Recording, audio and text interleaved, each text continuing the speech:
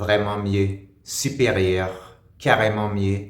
On va voir 10 expressions familières en anglais.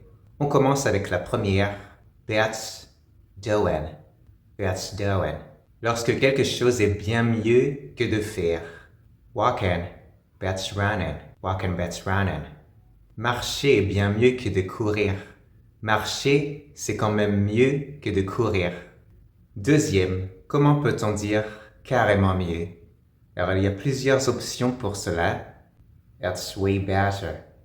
It's miles better. Way better. Miles better. Troisième, une expression familière pour dire être un cran au-dessus du lot.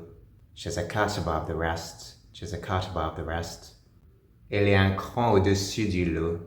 C'est-à-dire, elle est clairement au-dessus des autres. Quatrième expression similaire pour dire largement mieux que head and shoulders above the rest. Head and shoulders above the rest. C'est être largement au-dessus des autres. Cinquième expression, streets ahead. Streets ahead. Quand quelque chose surpasse toutes les autres. This car is streets ahead of other cars. This car is streets ahead of other cars. Cette voiture surpasse les autres voitures. Cette voiture est à des années-lumière devant les autres voitures. Septième, c'est une expression d'origine américaine. Run circles around. Run circles around. Ça signifie dépasser facilement quelqu'un. Voici une situation dans laquelle on peut l'utiliser. Une fille me dit que je suis jaloux d'un autre gars. Et moi, je lui réponds, jealous, jealous. I can run circles around him. I can run circles around him. I can run circles around him. Ce qui donne en français, moi, jaloux, je suis largement mieux que lui. Ou littéralement, je peux lui tourner autour sans m'essouffler, sans même m'essouffler. Je le dépasse facilement. Huitième, quand quelque chose est à un autre niveau qui surpasse les autres.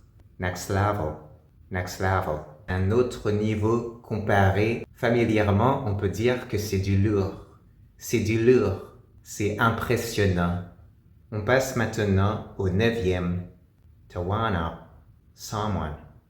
Celle-ci signifie dépasser quelqu'un, garder une longueur d'avance, damer le pion, to one up. C'est souvent utilisé dans un contexte de compétition ou lorsque l'on se vante. Je vous donne cet exemple. Ce gars a acheté une meilleure voiture que moi. He's trying to one up me. He's trying to one up me. Il essaye de me damer le pion. Il essaye de me dépasser. Je vais terminer cette vidéo avec la 10e expression, put to shame. Put to shame. Ça veut dire être nettement supérieur. Par exemple, alors toi tu danses nettement mieux que moi.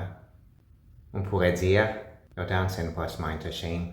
Ta façon de danser dépasse la mienne. Elle est nettement supérieure à la mienne.